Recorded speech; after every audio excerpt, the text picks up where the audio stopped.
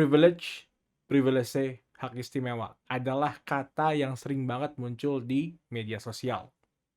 Misalnya melihat anak muda yang kaya, maka akan ada tuh komen yang bilang bahwa dia itu kaya karena ya ada privilege, karena orang tuanya kaya. Seakan-akan kata privilege, privilege, hak istimewa digunakan untuk menjustifikasi sebuah keadaan. Orang kaya bisa kaya ya karena dia punya privilege.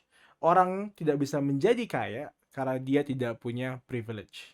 Gue pribadi kesel banget mendengar konsep privilege yang digunakan sebagai tameng untuk menjustifikasi diri agar tidak maju. Tameng dari kemajuan dan perkembangan.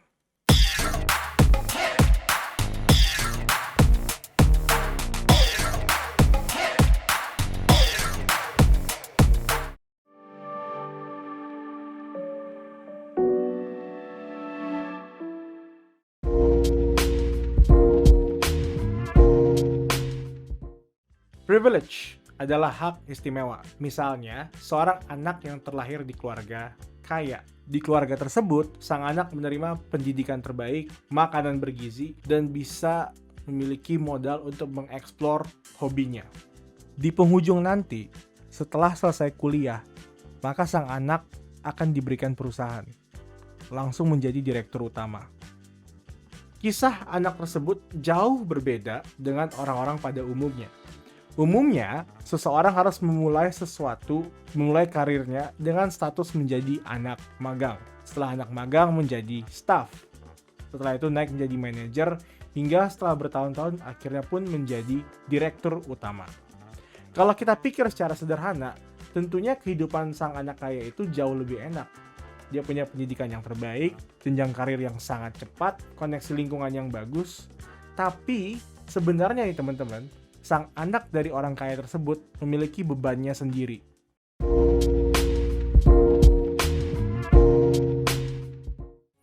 Ada kalimat yang umumnya digunakan untuk menggambarkan keluarga kaya, yaitu generasi pertama membangun bisnis, generasi kedua mempertahankan bisnisnya, dan generasi ketiga atau sang cucu menghancurkan bisnisnya.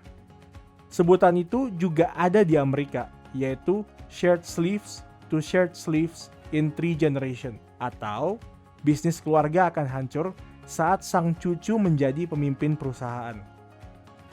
Data juga menunjukkan bahwa 70% bisnis keluarga akan gagal saat generasi kedua memegang bisnisnya.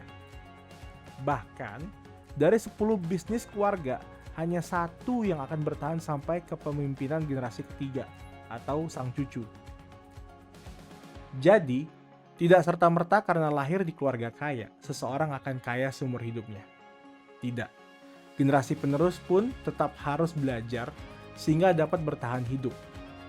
Bukan rebahan doang.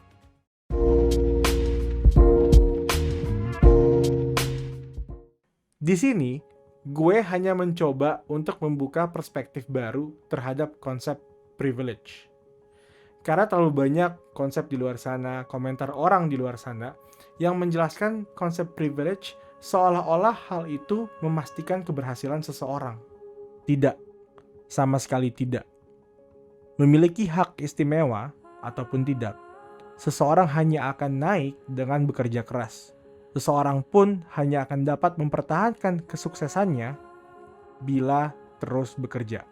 Jadi, jangan pernah kamu menilai kesuksesan seseorang berasal dari privilege.